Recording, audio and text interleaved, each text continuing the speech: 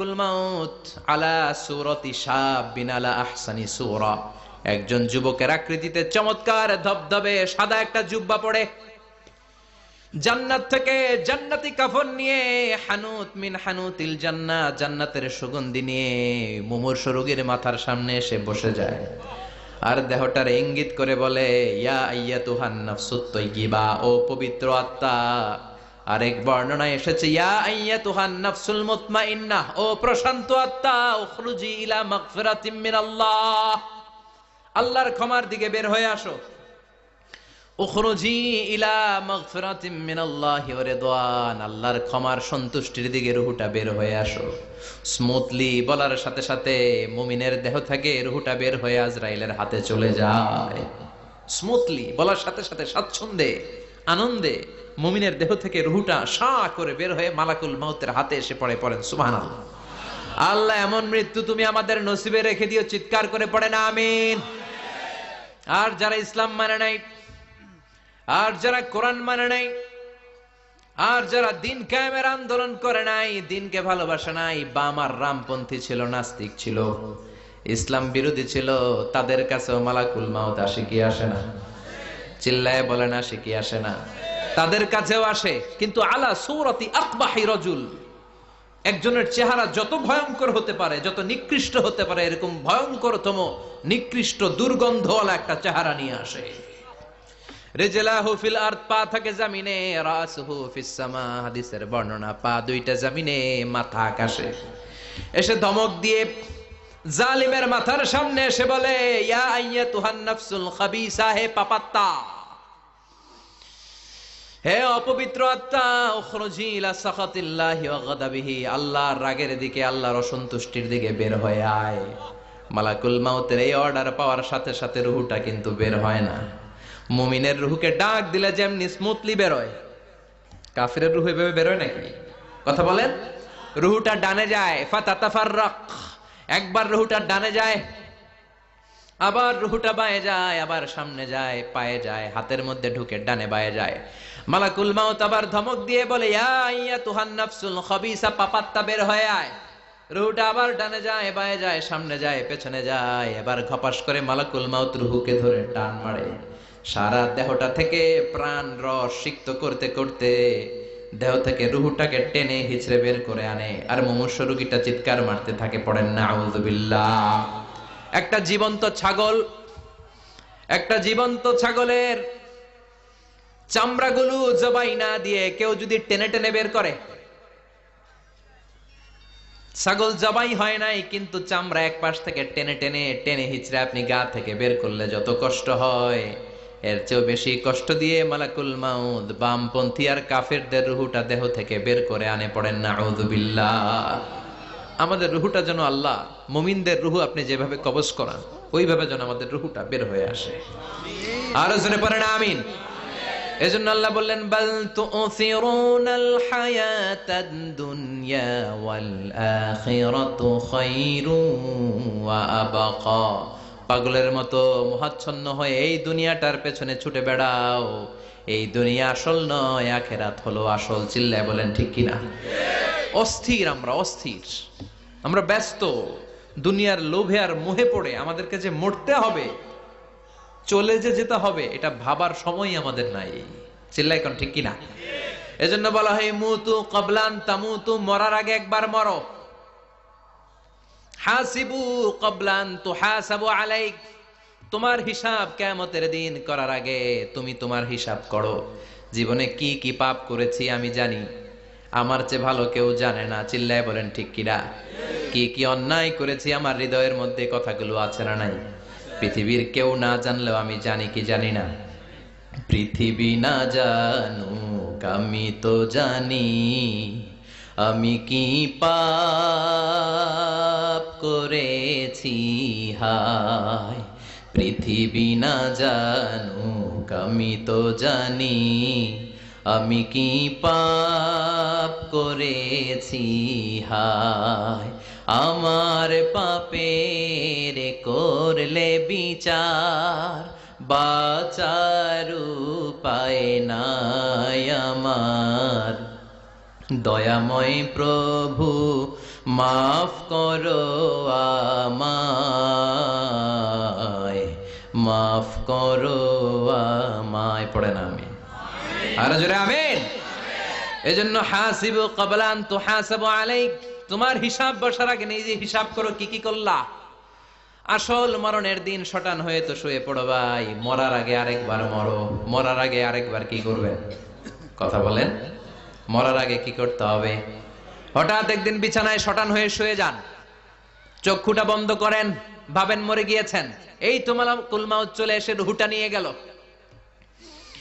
আত্মীয় স্বজন চিৎকার চেঁচামেচি শুরু করে দিল, কান্নার রোল পড়ে গেল চারদিকে।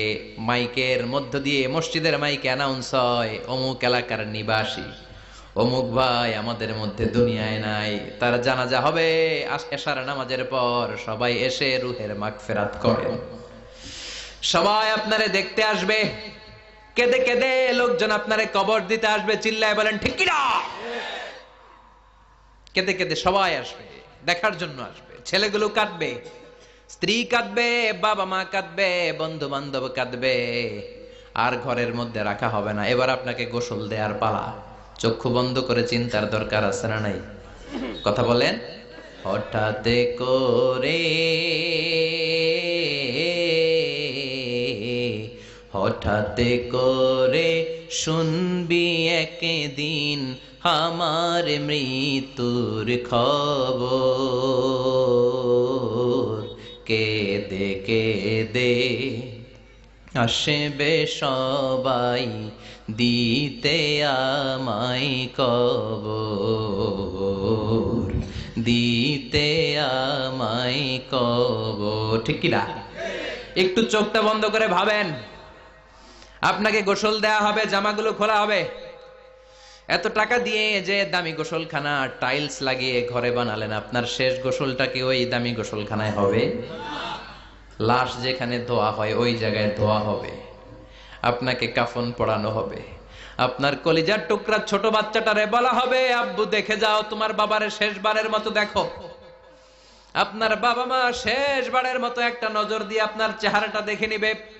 বন্ধু বান্ধবরা শেষবারের মতো একবার আপনারে দেখে নিবে। জানাজার জায়গায় নেওয়া হবে। হবে না এই ঘটনাটা আমাদের? হ্যাঁ, হবে কি না? হাজার হাজার মানুষ শেষ বিদায় দেওয়ার জন্য আসবে। চারটা তাকবীর দিয়ে ইমাম নামাজ শুরু করবে। আল্লাহু আকবার, আল্লাহু আকবার, আল্লাহু আকবার, আল্লাহু আকবার বলে নামাজ শুরু করবে। নামাজ শেষ। এবার পালকিতে করে কবরে যাওয়ার পালা। আহা, যেতেই হবে, যেতেই হবে। পালকিতে করে লোকজন নিতে শুরু করবে। কবরস্থানের ওই জায়গায় যেখানে মানুষ বছরে মানুষ না মরলে যায় না, ওই গহীন নিঝুম কবরস্থানে ঢুকানো হবে। পালঙ্ক থেকে নামিয়ে আপনার জন্য করে রাখা আগ থেকে কবরটার মধ্যে শুইয়ে দেয়া হবে। উপরে বাঁশ দিয়ে ছাউনি, শেষবারের মতো সবাই দেখে বাঁশের ছাউনির উপরে মাটি চাপা দিবে। ঠিক কিনা? চলে যাবে সবাই, কেউ নাই, অন্ধকার, শুধু অন্ধকার। এই অন্ধকার যেন শেষ হতে চায় না। এই ঘটনা ঘটবে না আমাদের? কথা বলেন, ঘটবে কিনা? এজন্য মরার আগে এগুলো চিন্তার দরকার আছে না নাই? মরার আগে আরেকবার মরার দরকার আছে না নাই? এজন্য রব্বুল আলামিন বলেন, বাল তুসিরুনাল হায়াতাদ দুনিয়া ওয়াল আখিরাতু খায়রুন ওয়া আবকা। এই দুনিয়ার জীবনটাকে তোমরা আসল জীবন মনে করো, এটা আসল জীবন নয়। আসল জীবন হলো কবরের জীবন। চিল্লায় বলেন ঠিক কিনা? আল্লাহ তোমার এই দুনিয়া, আল্লাহ তোমার এই দুনিয়ায় কেউ আসে কেউ চলে যায়, তবু তোমার ভয়ে কারো কাঁদে না হৃদয়। এই দুনিয়াতে আমার বদলে গেল মন। চারিদিকে দেখি শুধু সুখেরই স্বপন, ভাবলো না মন আল্লাহ ছাড়া।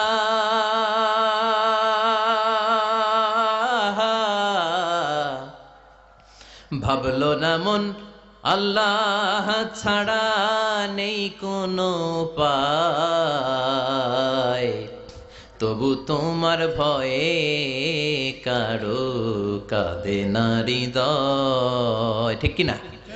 আসে আর চলে যায়। প্রতিদিন মাইকে অ্যানাউন্স শুনি অমুক এলাকার অমুক লোক নাই, দাদা গেল, বাবা গেল, বড় ভাই গেল, আত্মীয় স্বজন গেল, আমাকেও যেতে হবে, এই চিন্তা মাথায় নাই। চিল্লা এখন ঠিক কিনা? এজন্য লাইফটা হলো one time, one chance, second কোনো চান্স আপনাকে দেয়া হবে নাকি? কাফেররা বলবে ইয়া রাব্বি আরেকটা সুযোগ দেন, লাউ আন্না লানা কাররা ইয়ানি মাররা, আল্লাহ আরেকটা সুযোগ যদি পেতাম দুনিয়াতে ভালো করে আসতাম। আল্লাহ বলবেন ইন্নাহা কালিমাতুন কাইলুহা, এটা শুধু তাদের মুখের কথা, তাদেরকে আবার সুযোগ দিলেও তারা কিচ্ছু করবে না। চিল্লা এখন ঠিক কিনা? এজন্য একটা চান্স আমরা পেয়েছি, এই দুনিয়ার ওয়ান চান্সে আমরা ভয় পাবো একজনকে। চিল্লায় বলেন তিনি কে? আল্লাহ। এজন্য যেতে আমাদেরকে হবে, এই মরণ থেকে পালানোর কোনো সুযোগ কেউ পালাতে পারে নাই। এই মরণ হলো আখিরাতের প্রবেশদ্বার। মরণ নামক পালকিতে চড়ে আমরা কবরের ভেতরে ঢুকি। মরণ হলো প্রথম পর্ব, কবর হলো দ্বিতীয় পর্ব। জোরে কোন ঠিক কিনা? এজন্য বিশ্বনবী বললেন আল কবর রাউদাতুম মিন রিয়াদিল জান্নাহ আও হুফরাতুম মিন হুফারিন নার। কবর হলো কারো জন্য জান্নাতের বাগান, কারো জন্য জাহান্নামের গর্ত। আমরা বলি আল্লাহ আমাদের কবরটারে জান্নাতের বাগান বানাও। আর জোরে পড়েন আমিন। আবার বিশ্বনবী বললেন ইন্নাল কবরা আউয়াল মানজিল মিন মানাজিলিল আখিরাহ। কবর হলো আখিরাতের মঞ্জিলগুলোর প্রথম মঞ্জিল। আখিরাতে একটার পরে একটা অনেকগুলো স্টেশন আপনাকে পার হতে হবে। প্রথম স্টেশনটার নাম হলো কবর। প্রথম স্টেশনের নাম কি? এই কবর নামক স্টেশনে যদি আপনি মাফ পেয়ে যান, সামনের সব স্টেশনগুলোতে মাফের ব্যবস্থা করবে কে? আল্লাহ। আর কবর নামক স্টেশনে যদি ধরা খেয়ে যান, আপনার মায়ের আছে না নাই? লাশটাকে যখন রাখা হয়, লাশটা চিনে কে আমারে রাখলো, কে আমাকে ধৌত করলো, কে আমারে কাফন পড়ালো। এজন্য বিষ্ণুই বলেছেন মুমূর্ষের সামনে বসে বসে পড়ো লা ইলাহা ইল্লাল্লাহু মুহাম্মাদুর রাসূলুল্লাহ। লাকিনু মাউতাকুম লা ইলাহা ইল্লাল্লাহ। মুমূর্ষের সামনে দাঁড়িয়ে দাঁড়িয়ে পড়ো লা ইলাহা ইল্লাল্লাহ। এই লা ইলাহা হচ্ছে জীবিতদের জন্য কালিমা, আর আমরা মরার পরে এই জিকির করি। ঠিক কি না? আমাদের দেশের অনেক জায়গায় লাশ নিয়ে কবরে যাওয়ার সময় লা ইলাহা পড়ে না। না, এটা আগের জিকির, মরার আগের জিকির। মরার আগে আপনাকে অ্যানাউন্সমেন্ট দিতে হবে আল্লাহ ছাড়া কোনো ইলাহ নাই, বিশ্বনবী হচ্ছেন শেষ নবী এবং রাসূল। চিল্লায় বলেন ঠিক কি না? লাশটাকে যখন রেখে দেয়া হয়, বিশ্বনবী যত মানুষকে কবরে রেখেছেন তারপরে দাঁড়িয়েছেন আর বলেছেন ইস্তাগফিরু লিআখিকুম, তোমার ভাইদের জন্য তোমরা দোয়া করো। ফাইন্নাহুল আনা ইউসআল, এখনই তাকে কবরে সওয়াল করা হবে। কবরে প্রশ্ন আছে না নাই? কথা বলেন। বিশ্বনবী খাদিজাতুল কুবরা, ওনার প্রথম স্ত্রী খাদিজাতুল কুবরা তাহেরাকে কবরের মধ্যে রেখে দিয়ে কাঁদতে শুরু করলেন। চোখের পানি ছেড়ে অনেক দোয়া করলেন। দোয়া শেষে সব সাহাবারা ঘরে ফিরে যায়, বিশ্বনবী যায় না। সাইয়েদনা আবু বকর বললেন ও নবী চলেন ঘরে যাই। অনেক তো দোয়া করলেন। বিশ্বনবী বললেন আবু বকর তুমি যাও, আমি যাব না। এইটা সাধারণ মহিলা না, এটা বিপদের দিনের সঙ্গিনী খাদিজা। মক্কায় যখন আমার কেউ ছিল না, খাদিজা আমারে ভুলে নাই। 3 বছর কাফিররা আমাকে জেলখানায় বন্দি রেখেছে, নাম শিয়াবে আবি তালেবের জেলখানা। আমার স্ত্রী ওই জেলখানার জীবনেও আমারে ছাড়ে নাই। আমার সাথে 3 বছর খাদিজাও জেল খেটেছে। এই একটাই মহিলা, যেই মহিলাকে আল্লাহ আরশের উপর থেকে সালাম দিয়েছে, মহিলাটার নাম খাদিজা। আল্লাহু আকবার। আমার সব সন্তান আল্লাহ খাদিজার পেট থেকে দিয়েছে। ফাতেমাতুজ জোহরা খাদিজার মেয়ে, জাইনাব খাদিজার মেয়ে, উম্মে কুলসুম খাদিজার মেয়ে, রুকাইয়া খাদিজার মেয়ে, আবুল কাসেম বিশ্বনবীর ছেলে খাদিজার ছেলে, আব্দুল্লাহ যাকে তাইয়্যিব এবং তাহের নামে আমরা চিনি, সেও খাদিজার ছেলে। সুবহানাল্লাহ। ও আবু বকর, আমার এই কলিজার টুকরা প্রিয়তমা খাদিজারে রেখে দিয়ে কেমনে বাসায় যায়? তুমি যাও, আমি দাঁড়িয়ে থাকবো। এখনই মুনকার নাকির এসে খাদিজারে প্রশ্ন করবে, আমি দেখব খাদিজা উত্তর দিতে পারে কিনা। আর প্রশ্নের উত্তর যদি ভুল করে ফেলে, কবরের উপর থেকে আমি নিজে প্রশ্নের উত্তর দিয়ে দেব। সাইয়েদনা জিবরাইল বললেন নবী আপনার আর দাঁড়িয়ে থাকার দরকার নাই, আবু বকরের সাথে ঘরে চলে যান। আল্লাহ জানিয়ে দিয়েছে খাদিজার কবরের প্রশ্নে যদি কোনো সমস্যা হয়, আরশের উপর থেকে খাদিজার প্রশ্নের জবাব আল্লাহ নিজে দিয়ে দিবে। এজন্য কবরের আযাব থেকে বিশ্বনবী পানাহ চেয়েছেন। বিশ্বনবী বলেছেন, আল্লাহুম্মা ইন্না নাউযু বিকা মিন আযাবিল কবর। ও আল্লাহ, কবরের আযাব থেকে তুমি আমাদেরকে বাঁচাও। পড়েন আমিন। কবরে মুমিনদেরকে 4টা প্রশ্ন করা হবে, কাফিরদেরকে 3টা প্রশ্ন। চিৎকার করে বলেন, মুমিনের প্রশ্ন কয়টা? আর জোরে বলেন। প্রথম প্রশ্ন, মার রব্বুক, তোর রবের নাম কি? আমরা কি বলবো? আল্লাহ আমারে রব, এই রবি আমার সব, দমে দমে তনু মনে তারি অনুভব। আল্লাহ আমারে রব, এই রবি আমার সব। পড়েন আমিন। দ্বিতীয় প্রশ্ন, আমার দিন, উত্তর দিনের নাম কি? ধর্মের নাম কি? তৃতীয় প্রশ্ন, মান হাযার রাজুল, এই লোকটাকে কে? আমরা বলবো মুহাম্মদ সাল্লাল্লাহু। 3টা প্রশ্নের উত্তর যখন আপনি কবরে করে দিতে পারবেন, অতিরিক্ত একটা প্রশ্ন, ওয়ামা ইলমুক, এই যে 3টা প্রশ্নের উত্তর পাল্লা, কেমন করে উত্তর জানলা? কোত্থেকে শিখেছো? নকল করে আনছো কাফনের কাপড়ে? পরীক্ষার হলে নকল আছে না নাই? হাতে নকল আছে না? পায়ে নকল, মোজার ভিতরে নকল আছে না নাই? মোবাইলে নকল আছে না নাই? নকল থেকে আল্লাহ তুমি বাঁচাও। আরো আস্তে কোন আমিন। কিভাবে জানলা? কেমন করে 3টা প্রশ্নের উত্তর শিখলা? What is the source of your knowledge? তথ্যসূত্র কি? আপনাকে বলতে হবে আমি যেই কিতাবটা থেকে শিখেছি কিতাবটার নাম কি? চিল্লায় বলেন, কি নাম? এই কিতাবটা হলো কোরআন। আপনাকে বলতে হবে কোরআন থেকে আমি শিখেছি, বিশ্বনবীর হাদিস থেকে আমি শিখেছি। 4টা প্রশ্নের উত্তর যখন পারবেন, ফেরেশতারা বলবে আহলান সাহলান, খুশ আমদেদ, কংগ্রাচুলেশন, বাহ বাহ, তুমি তো চমৎকার পেরেছো। ফায়ুফসাহু লাহু কবরুহু 70 যিরাআন, মুমিন বান্দার কবরটা 70 হাত লম্বা করে দেয়া হবে।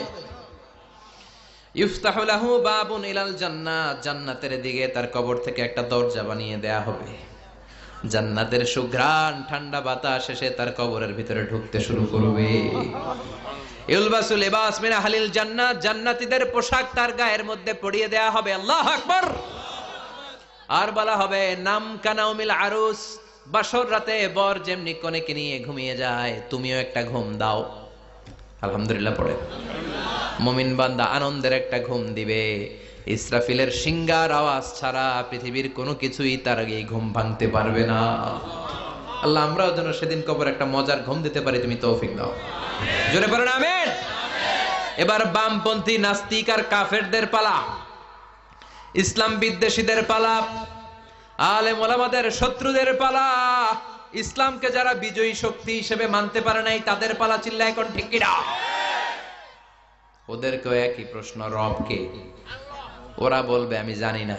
আমাদের উত্তর আল্লাহ। ওরা বলবে আমি কিচ্ছু জানি না, আমি সব ভুলে গেছি, আমার মাফ করে দেন, আমি কিছুই জানি না। তবে আমি ইসলাম বিরোধীদের সাথে চলতাম, যারা ইসলাম রে বাস দিত আমি তাদের সাথে স্লোগান দিতাম। এরকম ডাকাইত আছে না নাই? দ্বিতীয় প্রশ্ন, আমার দিন, ও তোমার ধর্মের নাম কি? কয় আমার ধর্ম নাই, আমার ধর্ম কর্ম নাই, আমি খালি দুনিয়া কে মজা লেলো, দুনিয়া তোমারই হ্যায়, আমি খালি দুম্মা চলে দুম। আছে না নাই? আমি শুধু মৌজ মাস্তিতে ব্যস্ত ছিলাম, আমার দুনিয়া নাই, দিন নাই, আখেরাত নাই, রবকে আমি জানি না, ধর্মকে জানি না। ইসলাম বিরোধী রাজনীতি আমি করতাম, মাও সেতুংয়ের রাজনীতি, কার্ল মার্কসের রাজনীতি, বুশের রাজনীতি, ডোনাল্ড ট্রাম্পের রাজনীতি, বামপন্থীদের রাজনীতি। চিল্লায় এখন ঠিক কিনা? কোনো ধর্ম নাই। এই লোকটাকে চিনো কিনা বলো। বিশ্বনবীর চেহারা দেখিয়ে বলা হবে এই লোকটাকে, কয় জানি না। এরে আমি মানতাম না, এরে আমি গালে দিতাম। এরকম জাহান্নামের নরকীট আর পিতৃ পরিচয়হীন জারদ সন্তান বাংলার দেশেও আছে না নাই? এই মহামানবটাকে গালি দিয়ে পৈশাচিক আনন্দ পায়। পত্রিকায় লিখে, ব্লগের মধ্যে লিখে, ইন্টারনেটে কার্টুন বানিয়ে বানিয়ে পৈশাচিক ফুর্তি করে। এগুলো জাহান্নামের কীট, এগুলো জারদ সন্তান, বাপ মায়ের ঠিক নাই। চিল্লায় এখন ঠিক কিনা? আমার নবীরে যারা গালি দেয় এগুলোর বাপ মায়ের ঠিক আছে? এগুলোর কোনো গোড়া আছে? এগুলোর কোনো শেকড় আছে? এগুলো আগাছা। চিৎকার করে বলো ঠিক কিনা। বলবে আমি জানি না। ফেরেশতারা বলবে দাঁড়া, আমরা জানি। তোর সাথে কেমন আচরণ করতে হবে আমাদেরকে ট্রেনিং দিয়েছে কে? এবার শুরু হবে মাইর। কি শুরু হবে? কথা বলেন। মাইর। ফায়ুদরাবু বিমা তারিকা মিন হাদিদ, লোহার হ্যামার দিয়ে শুরু হবে মাইর। এক একটা হ্যামারের বাড়িতে মাথাটা ফেটে চূর্ণ বিচূর্ণ হয়ে যাবে, দেহটা জমিনের ভেতরে 70 গজ ডুবে যাবে, দেবে যাবে। ওর চিৎকারে কবরস্থানটাও থারথার করে কাঁপবে। আবার জামিনকে বলা হবে ইলতাইমি, চাপা দে। জামিনে ঢুকে যাওয়ার পরে জামিনের এপাশ থেকে একটা চাপা, মাটি চাপা, বাম দিক থেকে মাটি চাপা।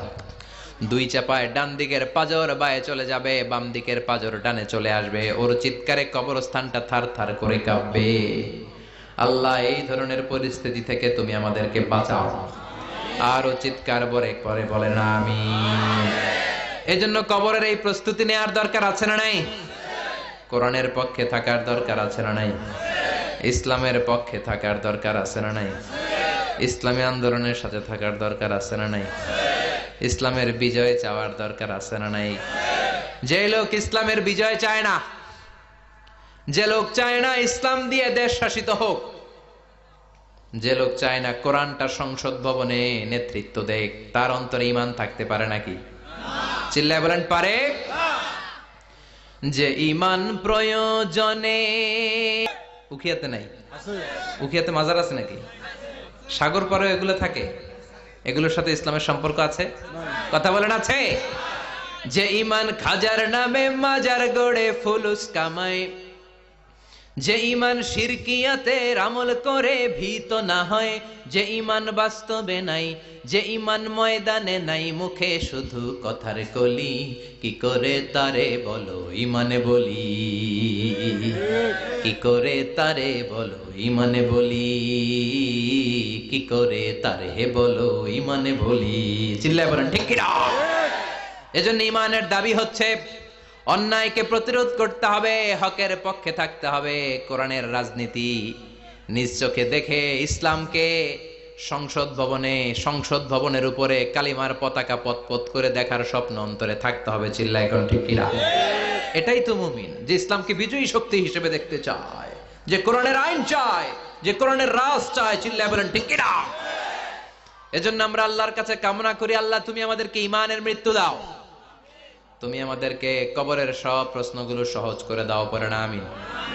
আরো জোরে পড়েন আমিন। এজন্য আল্লাহ বললেন বাল তুসিরুনাল হায়াতাদ দুনিয়া ওয়াল আখিরাতু খায়রু ওয়া আবাকা। ও আমার গোলাম, দুনিয়ার এই জীবনটাকে তোমরা আসল জীবন মনে করো। এই জীবন কিন্তু আসল জীবন না, আসল জীবন হলো আখিরাতের জীবন। কোন ঠিক কিনা? এই জন্য মৃত্যু থেকে যতই পালিয়ে বেঁচে থাকতে পারবা নাকি? পারা যাবে? চিল্লায় বলেন। কোন নবীরা পারছে? আদম আলাইহিস সালাম মৃত্যু থেকে বেঁচে গেছে না? মরছে? কথা বলেন না। উনি পৃথিবীর একমাত্র মানুষ যিনি জানতেন যে উনি কতদিন বাঁচবেন। সুবহানাল্লাহ পড়ো। উনি জানতেন উনি কতদিন বাঁচবেন। কেন আল্লাহ জানালেন? এর কারণ মৃত্যু কি এটা উনি জানেই না। কেমনে মরে দেখেই নাই, কষ্ট কি জানে না। আমরা আমাদের দাদাকে মরতে দেখেছি, বাবাকে মরতে দেখেছি, মামাকে মরতে দেখেছি। মরণের কত কষ্ট আমরা দেখি, এজন্য ভয় আছে না নাই? আদম আলাইহিস সালামের দাদা আছে নাকি? বাবা, মামা, খালু, শালা আছে? নাই। এজন্য মৃত্যু যে কেমন এটা উনি জানতেন না। এজন্য আল্লাহ জানিয়ে দিলেন, আদম পৃথিবীতে তুমি 1000 বছর বাঁচবা। আলফুসানা লাম্মা খালাকাল্লাহু আদামা ওয়া কানা তুলুহু 60 যিরাআন। বুখারীর বর্ণনা, সাইয়েদনা আদম আলাইহিস সালামকে বানানোর পরে আল্লাহ 60 হাত লম্বা বানালেন। কয় হাত? জোরে বলেন, আরো জোরে। 60 হাত লম্বা। এরপরে ওনার ঔরসে পৃথিবীতে যত নারী আসবে, পুরুষ আসবে রূহের জগতে, সবগুলো রূহকে বসিয়ে দিলেন বৈঠকে। সুবহানাল্লাহ। বিশাল কনফারেন্স রুম। আমরাও ছিলাম না? আমাদের রূহটাও ছিল। সাইয়েদনা আদম বললেন, আল্লাহ এরা কারা? আল্লাহ বললেন, আদম এগুলো সব তোমার সন্তান। সাইয়েদনা আদম অবাক দৃষ্টিতে অপলক নয়নে নিজের সন্তানদের রূহগুলো দেখতেছিলেন, দেখতে দেখতে হঠাৎ একটা রূহকে ভালো লেগে গেল। বললেন, আল্লাহ এটা কার রূহ? আল্লাহ বললেন, এটা দাউদ আলাইহিস সালামের রূহ। পড়েন সুবহানাল্লাহ। আল্লাহ এটাকে দেখতে বড় ভালো লাগে, কার রূহ? এটা তোমার ছেলে নবী হবে, নবী দাউদের রূহ। কাম উমরু, আল্লাহ দুনিয়াতে সে কয়দিন বাঁচবে? আল্লাহ বললেন, 40 সানা, 40 বছর। কয় বছর? সবাই বলেন কয় বছর? 40 বছর। সাইয়েদনা আদম বললেন, মাবুদ, আমার এত সুন্দর কলিজার টুকরা সন্তান দাউদ আলাইহিস সালামকে দুনিয়াতে মাত্র 40 বছর আপনি কেন দিলেন? আল্লাহ, প্রথম মানুষ এবং নবী হিসেবে আপনার কাছে ফরিয়াদ করি, আমার ছেলে দাউদের বয়স বাড়ায়া দেন। আল্লাহ কয়, না, হাদা কদ কুতিবা, এটা লেখা হয়ে গেছে। রুফিআতিল আকলাম ওয়া জাফফাতিস সুহুফ, লিখে ফেলছি, কলম শুকায় গেছে, কালি শুকায় গেছে, এটা চেঞ্জ করা যাবে। সাইয়েদনা আদম বললেন, আল্লাহ আমি বাঁচমু কয় বছর? কয় তুমি থাকবা কয় বছর? আলফুসানা, 1000 বছর। মনে আছে? আল্লাহ, আমার 1000 বছরের দরকার নাই, আমি আমার 1000 বছর থেকে 60 বছর আমার ছেলে দাউদরে আমি দিয়ে দিলাম। আদম আলাইহিস সালামের 1000 বছর থেকে 60 বছর যদি দান করে দেয়, ওনার আর কত রইল? 940। আর 60 বছর যদি দাউদ নবীর 40 বছরের সাথে যোগ দেয়া হয়, উনি পেলেন কয় বছর? 100। সাইয়েদনা আদম পৃথিবীতে আসলেন, এসে থাকতে শুরু করলেন। দিন গড়িয়ে রাত আসে, মাস গড়িয়ে বছর আসে, বছর যায় বছর আসে। ঠিক 940 বছর পর মালাকুল মাউত আদম আলাইহিস সালামের কাছে আসলেন, বললেন, আনা মালাকুল মাউত উকিলা বিকুম, আপনাদের জন্য আল্লাহ আমাকে বানিয়েছে রূহ কবজ করতে। ও আদম, আবুল বাশার, পৃথিবীর প্রথম মানব, প্রথম নবী, আপনার সময় শেষ, রেডি হন। কি হন? খেলা শুরু হবে, এখনই রূহ কবজ করে নিয়ে যাব। সাইয়েদনা আদম বলে, এখন আসছো কেন? আমার আরো 60 বছর বাকি আছে। মালাকুল মাউত বলে, না, আপনি রূহের জগতে আল্লাহর কাছে আপনার সন্তান দাউদকে কয় বছর দিয়েছিলেন? 60 বছর। এজন্য 940 বছর আপনার জন্য লেখা। আমি এখন আপনার রূহ কবজ করতে চাই। সাইয়েদনা আদম বলে, আমি মানি না, আমি কাউরে দেই নাই। 60 বছর আমি দেই নাই, আমি আরো বাঁচবো, আমি আরো বাঁচবো, 60 বছর আমি বাঁচবো, আমি কি দেইতেই নাই। মিয়া যাও। মালাকুল মাউত আল্লাহর যে বলে, আল্লাহ দেয় নাই বলে, আসলে ভুলে গেছে। আসলে আফাতুল ইলমি আন-নিসিয়ান, মানুষ ভুলে যায়, মানুষ বড্ড ভুলে যায়। আমরা এক সময় খাইয়াও কই খাই নাই। অনেক কিছু আপনি দিছিলেন, কিন্তু ভুলে যাই, গলার নিচ দিয়ে নামার পরে কই তুমি কিচ্ছু দাও নাই। আছে না নাই? নাসিয়া আদম ফানাসিয়া বানু, আদম আলাইহিস সালাম ভুলে গেছেন, তাই আমরাও ভুল করি, ঠিক কি না? এজন্য আমাদের নেতারাও বলে, এটা দেব ওটা দেব, নির্বাচনের পর সব ভুলে যায়। আছে না নাই? ওই যে আদম আলাইহিস সালাম ভুলছে, আমরাও ভুলে যাই। ওনাদের দোষ কি? ভুলে যায়, বেমালুম ভুলে যায়। আল্লাহ বললেন, মালাকুল মাউত, আর জোরাজুরি করো না। 940 নয়, ঠিক 1000 বছর পরে আদমের কাছে যাবা। আমি আমার আদমের ভাগ্যে এই জিনিসটাই রেখে দিয়েছিলাম রে মালাকুল মাউত। আমি আগ থেকে এটাই রেখেছি, আমি জানতাম সে ভুলে যাবে। চিল্লা এখন সুবহানাল্লাহ। তার মানে পৃথিবীর সবচাইতে লম্বা মানুষ, 60 হাত লম্বা, এত শক্তিশালী আদম আলাইহিস সালাম শ্রীলঙ্কাতে প্রথম নেমেছিলেন। এক লাফ দিলে আধা মাইল চলে যাইতেন। সুবহানাল্লাহ। কি লম্বা মানুষ! থাকতে পারছে? কথা নাই। ঘুমে ধরছে? শেষ করে দেই। হ্যাঁ, আরো কয়েক মিনিট চলবে? চলবে। তাকবীর দেন, লিল্লাহি তাকবীর। আদম আলাইহিস সালাম চলে গেলেন। ওনার পরের নবী ইদ্রিস আলাইহিস সালাম, উনি মরে নাই। ইদ্রিস আলাইহিস সালাম মরছে, কে বলছে? উনিও মরেছেন। তবে ওনার মৃত্যুর আজীব এক ঘটনা আছে, অনেক লম্বা কথা। এক ফেরেশতার সাথে ওনার বন্ধুত্ব হয়েছিল। বলেছিলেন, আমি আকাশ দেখতে চাই, আল্লাহর কাছে অনুমতি চাই। আল্লাহ বলল, ঠিক আছে, ইদ্রিসকে আকাশে ঘোরাও। প্রথম আকাশে ঘুরলেন, দ্বিতীয় আকাশে ঘুরলেন, তৃতীয় আকাশে ঘুরলেন, চতুর্থ আকাশে ঘুরলেন। ইন দ্য মিন টাইম চতুর্থ আসমানে মালাকুল মাউত পৃথিবীর দিকে নেমে আসছিল। ওই ফেরেশতা বলে, মালাকুল মাউত আপনি কই যান? মালাকুল মাউত বলে, একটু আগে আল্লাহ ফরমান জারি করেছে, চতুর্থ আসমানে আমার নবী ইদ্রিসের রূহ কবজ করো। সুবহানাল্লাহ। আমি বললাম, আল্লাহ আপনার পাঠানো নবী সাইয়েদনা ইদ্রিস থাকে দুনিয়ায়, চতুর্থ আসমানে পামু কই? আল্লাহ কয়, কথা নাই, দৌড় দে।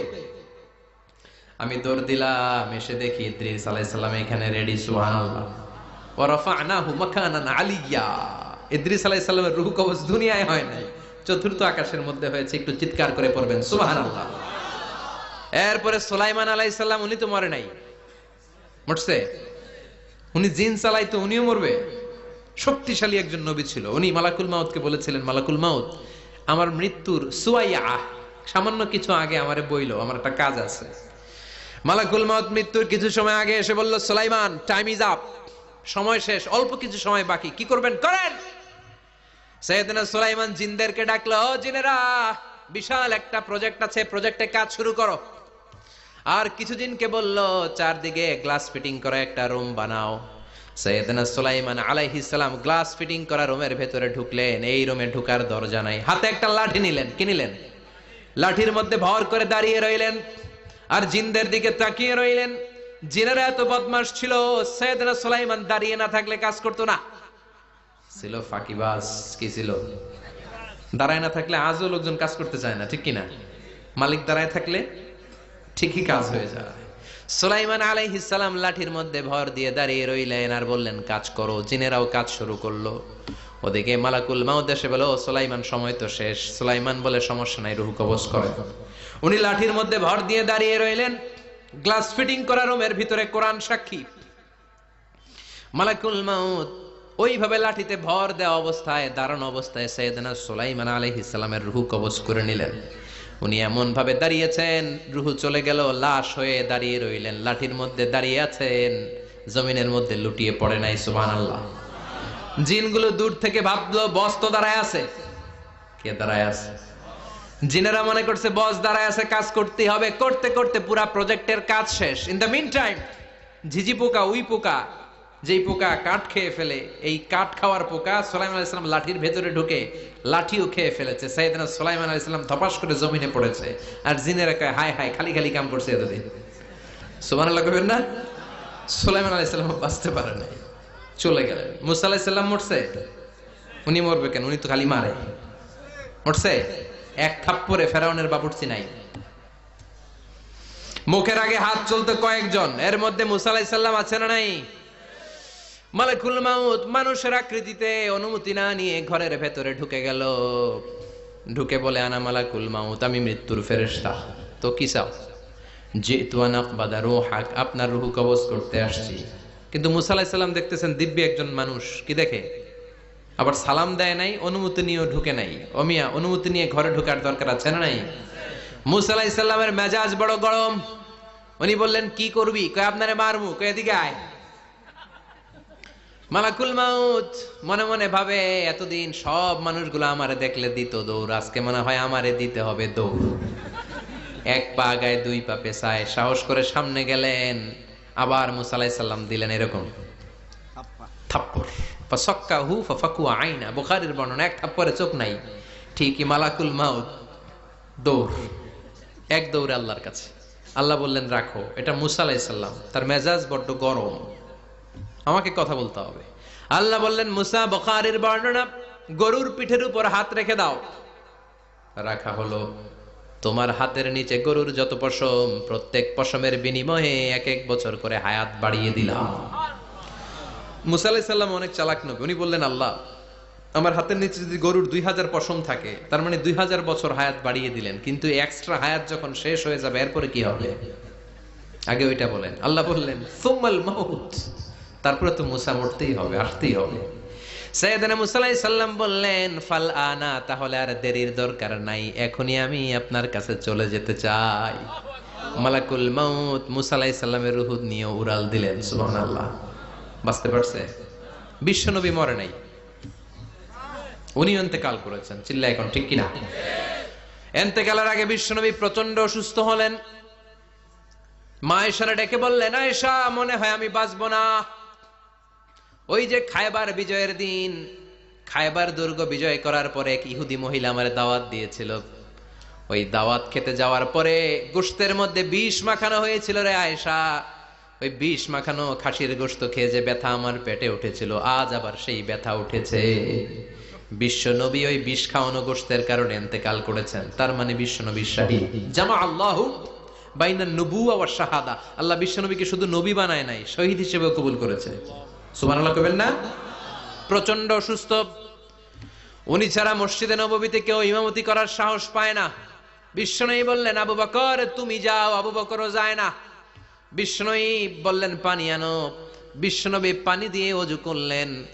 ওযু করে কয়েকজন সাহাবীকে ধরে উঠতে চাইলেন, আবার ধপাস করে বেহুশ হয়ে পড়ে যায়।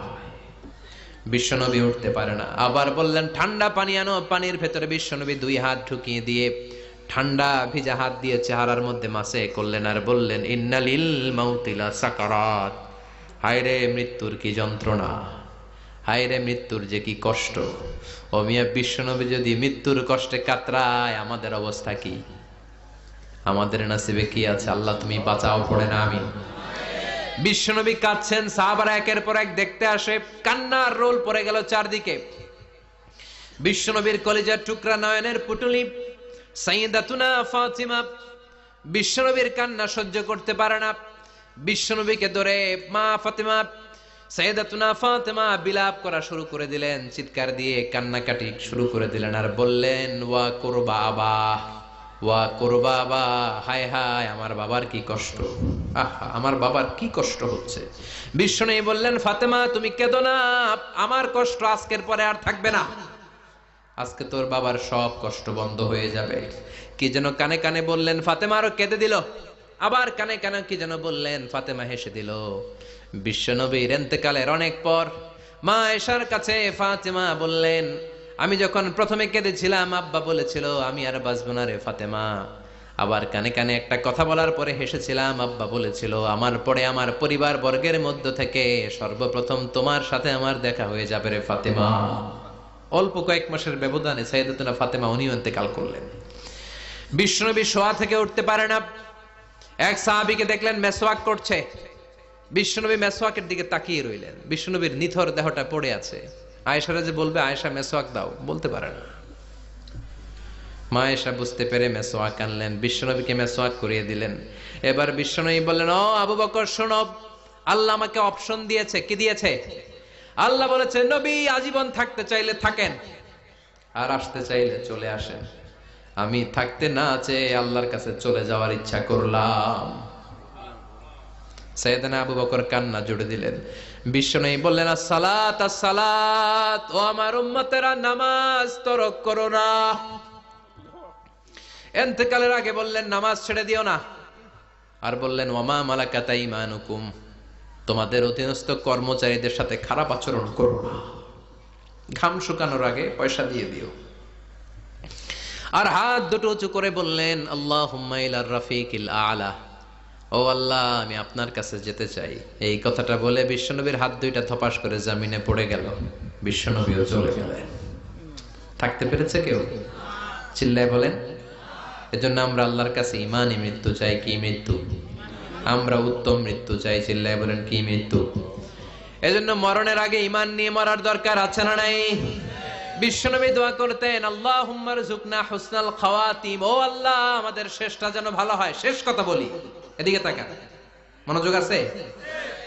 বলতেন, আল্লাহুম্মা রযুকনা হুসনাল খাওয়াতিম, ও আল্লাহ আপনি আমাদেরকে ঈমানের মৃত্যু দেন, আমাদের শেষটা ভালো করেন। কারণ সব ভালো তার শেষ ভালো। জানেন না এটা আপনারা? সব ভালো তার শেষ ভালো। আজীবন ইসলামের পক্ষে, আজীবন নামাজি মুত্তাকি, মরার আগে কাফের হয়ে মরে, এরকম আছে না নাই? মরার আগে শাহবাগের মঞ্চে উঠে ভাষণ দেয়, ভাইয়েরা আমার, আছে না নাই? আবার আজীবন কাফের, ইসলামের বিরোধী, ইন্তেকালের আগে কালিমা পড়ে সব মাফ করায়, আছে না নাই? বিশ্বনবীর শ্বশুর আবু সুফিয়ান, নাম শুনছেন? বদরের যুদ্ধে বিশ্বনবীর বিরুদ্ধে, মক্কায় বিশ্বনবীরে ঘুমাতে দেয় নাই, উহুদের যুদ্ধে বিশ্বনবীর সাথে ফাইট, খন্দকের যুদ্ধে বিশ্বনবীর সাথে মারামারি, আহজাবের যুদ্ধে কিলাকিলি, সারাটা জীবন বিশ্বনবীর সাথে মারামারি, মক্কা বিজয় কালিমা পড়ে মুসলমান হয়েছে। গোটা জীবনে যা অন্যায় করেছে সব মাফ করে দিয়েছে কে? এজন্য আমরা আল্লাহরে বলি, আল্লাহ কালিমাটা পড়তে পড়তে যেন আমরা মরতে পারি। চিৎকার করে পড়ে না আমিন। জিহাদের ময়দানে এক সাহাবা যুদ্ধ করতে লাগলেন। বুখারীর বর্ণনা, যুদ্ধ করতে করতে কাফেরদেরকে মারতে মারতে, হাদিসের ভাষ্য লা ফাযা ওয়ালা শাযা ইল্লা ইয়াদরিবুহা বিসাইফি, তার সামনে যত কাফের আসে সে কচুকাটা করে। অন্য সাহাবীরা খুশি হয়ে যায়, অন্য সাহাবীরা বলে আজকের সব সওয়াব এই সাহাবী পেয়ে যাবে। কিন্তু বিশ্বনবী হঠাৎ করে একটা কথা বললেন, ওই কথা শুনে সাহাবীরা অবাক। বিশ্বনবী বললেন হুয়া ফিন্নার, ও জাহান্নামে যাবে। কই যাবে? জিহাদের ময়দানে এক মুজাহিদ সাহাবী কাফিরদেরকে মেরে শেষ, কিন্তু বিশ্বনবী বললেন কই যাবে? কথা কয় না। এক সাহাবী কয় ঘটনা কি? এত বড় মুজাহিদ ফি সাবিলিল্লাহ কেন জাহান্নামে যাবে? আমি লুকিয়ে লুকিয়ে দেখি। লুকিয়ে লুকিয়ে ওই সাহাবী দেখে মুজাহিদ সাহাবী যুদ্ধ করতে করতে কাফিরদের বিশাল একটা ঘাটির ভেতরে ঢুকে গেল। মারতে মারতে মারতে মারতে হঠাৎ এক কাফেরের আঘাতে এই মুজাহিদ সাহাবীর ডান হাতটা কাটা পড়ে গেল। এবার ডান হাত দিয়ে ফিনকি দিয়ে রক্ত বের হতে শুরু করলো। মুজাহিদ সাহাবী আর যন্ত্রণা সহ্য করতে পারে না। যন্ত্রণা সহ্য করতে না পেরে কাতরাতে কাতরাতে নিজের হাতের ছুরিটাকে জমিনের মধ্যে গেড়ে দিয়ে ছুরির উপরে ঝাঁপিয়ে পড়লো। পেটের এই দিক দিয়ে ঢুকে উপাস দিয়ে বের হয়ে গেল, এফার হোফার হয়ে গেল, মানে আত্মহত্যা করলো। ঠিক কি না? জাহান্নামী না? কথা কও।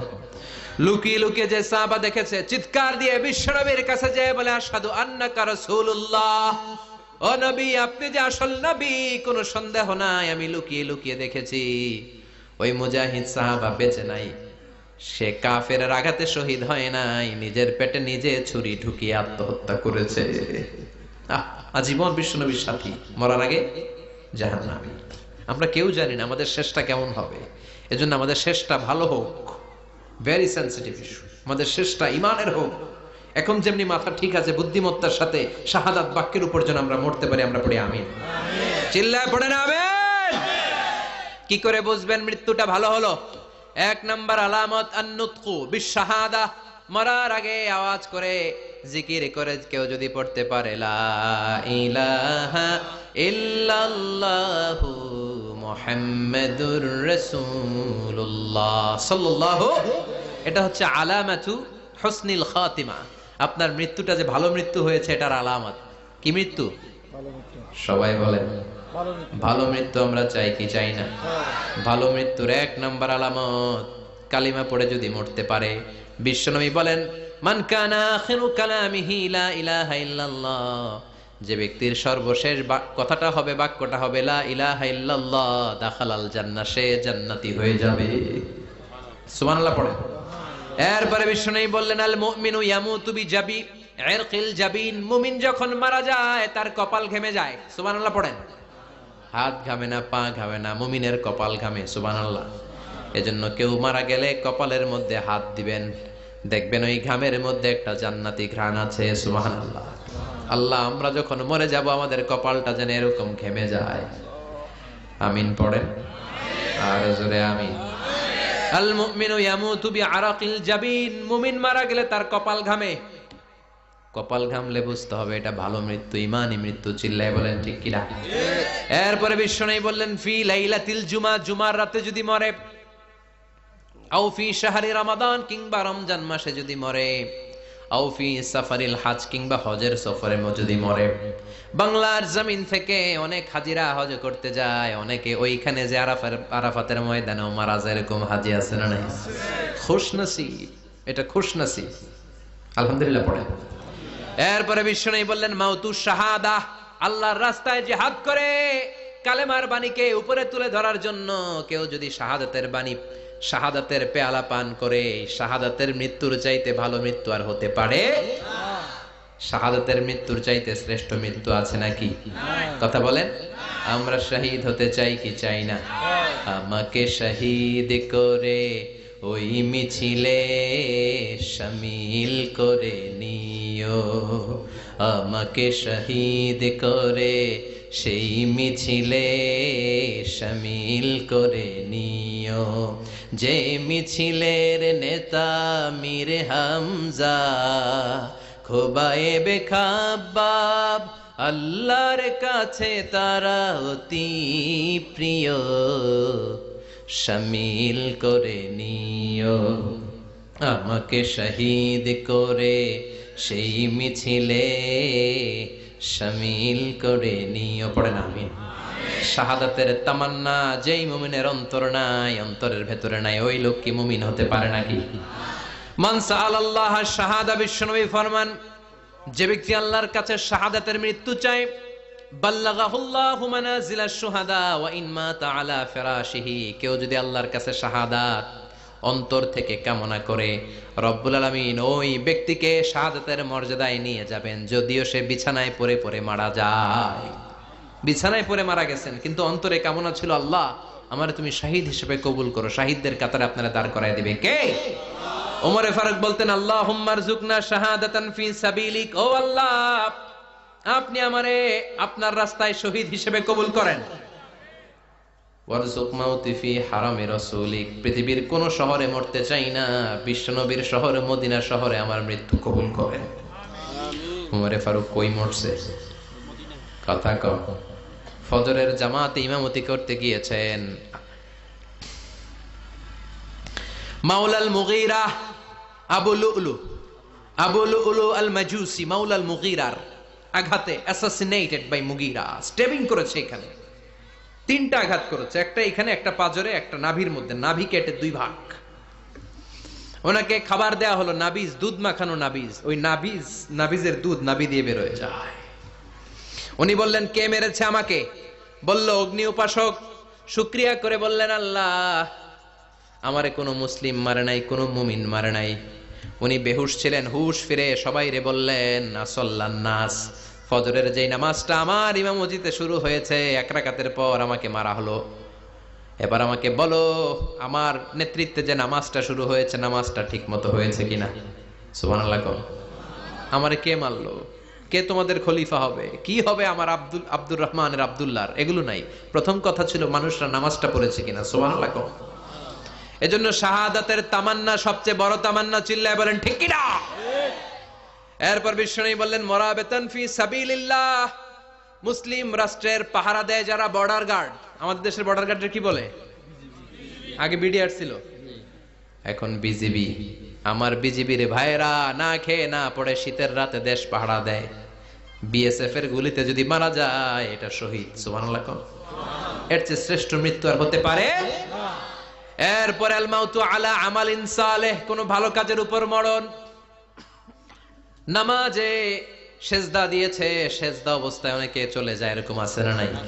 তাহাজ্জুদের যায় নামাজে মরণ দিও প্রভু আমায়, একামতে দিনের কাজে কবুল করে নিও আমায়। পড়েন আমিন।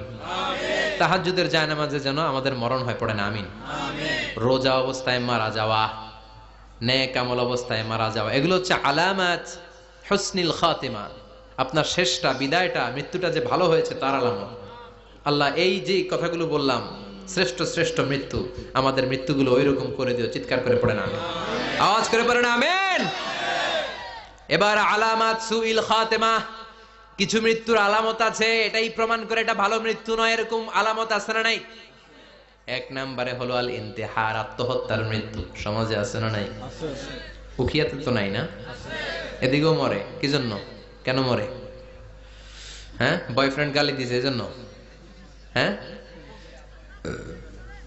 মান ক্বাতালা নাফসাহু বিশাইইন উযযিবা বিহি ইয়াউমাল কিয়ামা, যে জিনিস দিয়ে যে যাকে মেরেছে, আত্মহত্যা করেছে, সুইসাইড করেছে, কিয়ামতের দিন ওই জিনিস দিয়ে সে তাকে মারবে, এটাই হবে তার শাস্তি।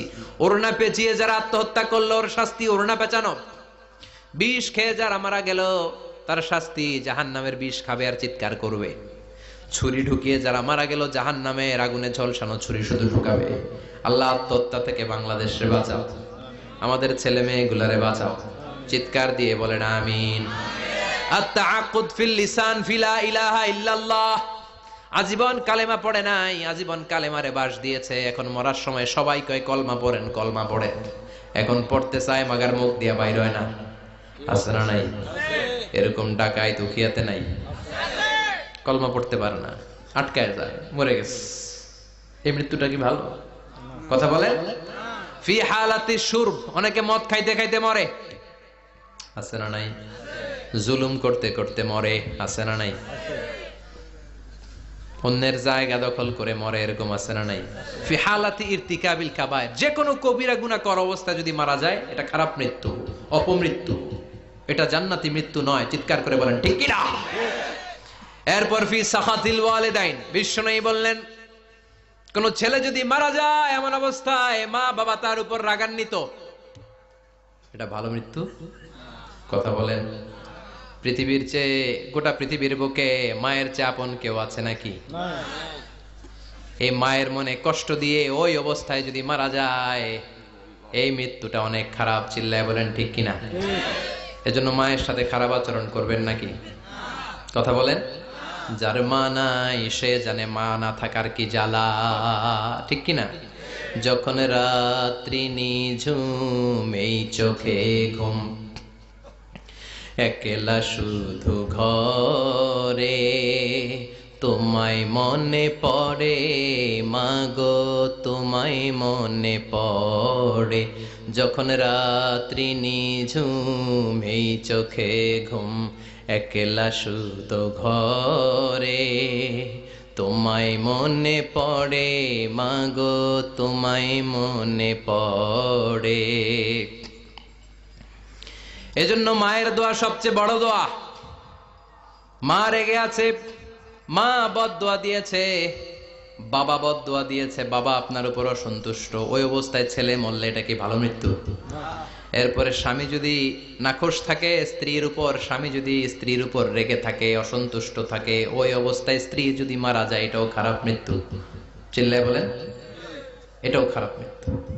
এরপরে লাউ ফারিহাল মুসলিমুনা বিমাউতি, কোন লোক মারা গেলে যদি এলাকার মুসলমানরা খুশি হয়, এটা কি ভালো মৃত্যু নাকি?